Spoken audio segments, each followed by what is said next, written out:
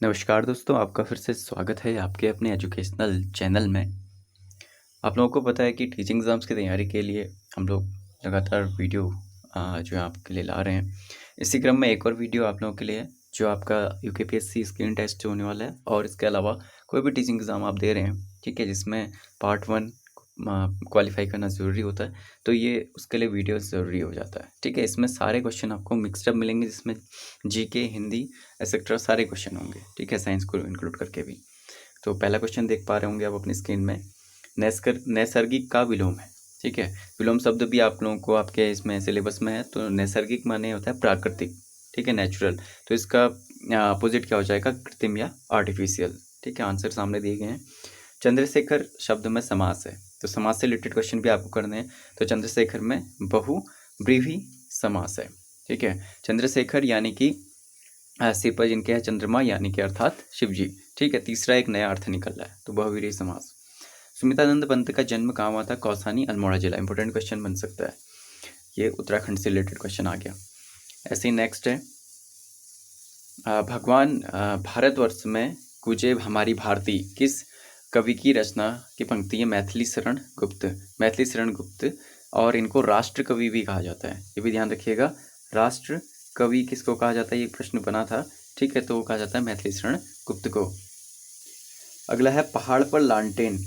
पहाड़ पर लालटेन, जो पहाड़ पर लालटेन रचना है वो है मंगलेश डबराल की। इंपॉर्टेंट क्वेश्चन है, कई बार आया है एग्जाम में। अजात शत्रु के नाटककार का नाम है, तो अजात शत्रु जो है जयशंकर प्रसाद जी के द्वारा लिखा गया नाटक है। बिहारी लाल के किस काल के कवि हैं, तो बिहारी लाल रीतिकालीन कवि हैं। जलद किस प्रकार का शब्द है, तो जलद जो है तत्सम शब्द है, ठीक है। जलद जो है तत्सम शब्द है, यानी कि जो जल में उत्पन्न होने वाला है, यानी कि कमल से का ये पर्यायवाची भी है। महर्षि शब्द में कौन सी संधि है, तो महर्षि में गुण संधि होती है, ठीक है। ऋषि, महर्षि, देवर्षि, इस तरह के जो वर्ड आते हैं ना, जैसे जो गुणी होगा, ठीक है, वही तो महर्षि होगा, तो इससे अब याद कर सकते हैं, ठीक है। सॉर्टिक है गुण संधि की। उल्लास का संधि विच्छेद उतधन लास, ठीक है, उतधन लास। लोकायतन है सुमित्रानंदन पंत जी की। आप लोगों को पता है कि आपके एग्जाम्स में हमेशा ये भी पूछा जाता है कि ये किसकी कृतियाँ हैं, तो इस तरह के क्वेश्चन भी आपके सामने आगे आते रहेंगे। इस तरह की वीडियो मैं अब लाने की सोच रहा हूँ, क्योंकि अब आपके समय बहुत कम रह गया, ठीक है। टॉपिक वाइज पढ़ाना थोड़ा डिफिकल्ट रहेगा, तो क्वेश्चन आंसर हम लोग जो है करेंगे। सोमनाथ उपन्यास के रचयिता हैं, तो सोमनाथ जो है आचार्य चतुर्सेन की रचना है। हरिपद कोमल कमल से, इस पद में अलंकार है उपमा अलंकार, ठीक है। अगला है, सोमनाथ उपन्यास के हो गए आचार्य चतुर्सेन। हरिपद कमल में जो आपका शब्द है उपमा अलंकार है। और ये बता दूं आप लोगों को, ये अलंकार वाला जो है अगर आप यूकेपीएससी स्क्रीनिंग टेस्ट की एग्जाम की तैयारी करें तो उनको नहीं करना है, ठीक है। ऐसे ही अगला देखिए, पेड़ पर पक्षी बैठे हैं, तो पेड़ पर कौन सा कारक है, यह है अधिकरण, ठीक है। पेड़ पर पक्षी बैठे हैं, ठीक है। रामचरितमानस की रचना की गई थी अवधी भाषा में। इंपॉर्टेंट क्वेश्चन है।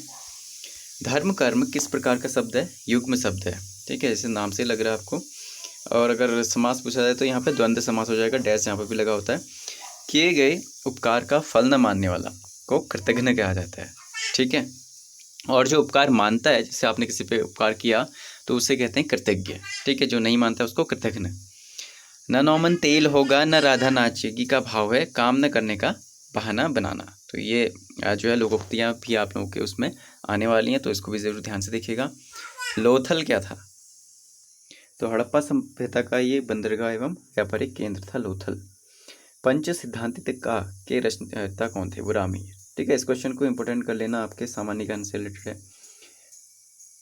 इस्तांबुल शहर किन किन महाद्वीपों में स्थित है, तो वह है एशिया और यूरोप में। वह कौन सी एकमात्र भाषा है जो चीनी तिब्बती लिपि में भारतीय नोटों पर छपी है, वह है मणिपुरी भाषा, ठीक है। ये भी इंपॉर्टेंट क्वेश्चन है। वर्ष 2011 की जनगणना के अनुसार उत्तराखंड की जनसंख्या, उत्तराखंड से रिलेटेड क्वेश्चन है, ठीक है। यह लगभग 1,01,16,752। अब ये लगभग डबल हो चुकी है 2 करोड़ के बराबर।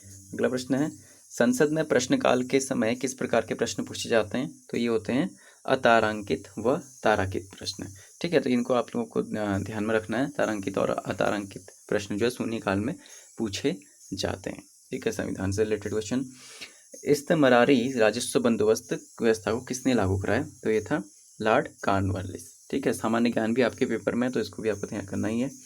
जब भारत के सायं के 8:30 बजे हों तो इंग्लैंड में मानक समय क्या होगा? तो यह होगा सायं के 3 बजे होंगे। ठीक है, 5.5 घंटे का अंतर है, ध्यान रखिएगा। नैनीताल झील को स्कंद पुराण में किस नाम से जाना गया है? त्रिऋषि सरोवर स्कंद पुराण में। उत्तराखंड का कौन से लोक होगा? ठीक है, कौन सा लोकगीत लोकगीत नहीं लोकगीत होता है गीत वियोग व्याकुलता में गाया जाता है तो है न्योली। मुगल शासन प्रणाली में दीवाने तन नामक अधिकारी क्या कार्य करता था? वेतन संबंधी मामलों को देखने का काम कौन करता? दीवाने तन से याद कर लेगा वेतन। खानवा युद्ध किसके बीच लड़ा गया? बाबर और राणा सांगा के बीच। इंपीरियल बैंक का राष्ट्रीय जब करण हो गया तो उसके बाद जो नाम रखा गया था वो था भारतीय स्टेट बैंक। इंपोर्टेंट क्वेश्चन बनता है भी। उत्तराखंड में वह कौन सा विद्यालय है जिसमें केवल अनुसूचित जनजातियों के विद्यार्थियों हेतु प्रवेश की व्यवस्था की गई है? तो वह है एकलव्य आवासीय विद्यालय। ठीक है, इसको ध्यान में रखिएगा। और समुद्रगुप्त के बाद चंद्रगुप्त द्वितीय मगध की गद्दी पर बैठा, उसने शकों को पराजित कर कौन सी उपाधि धारण की थी? तो वो थी शकारी विक्रमादित्य। ये भी इंपोर्टेंट क्वेश्चन है इतिहास से रिलेटेड। भूमि की माप के आधार पर भू राजस्व और प्रति विश्व उपज का आकलन सबसे पहले किसके शासनकाल में किया गया?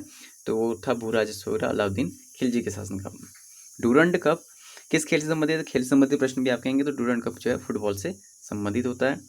आवेदक सूचना का अधिकार अधिनियम 2005 में किस धारा के अंतर्गत वांछित सूचना प्राप्त कर सकता है? तो धारा 6(1). देखिए यूपीएससी के विद्यार्थियों के लिए इंपॉर्टेंट है क्योंकि आपने सूचना का अधिकार अधिनियम 2005 भी पढ़ना है। तो ये कौन सी धारा के अंतर्गत जो है आप वांछित प्रश्न पूछ सकते हैं? वो है धारा 6(1). कोंकणी किस प्रदेश की मुख्य भाषा है? तो वह है गोवा की। विश्व व्यापार संगठन का मुख्यालय जेनेवा में है।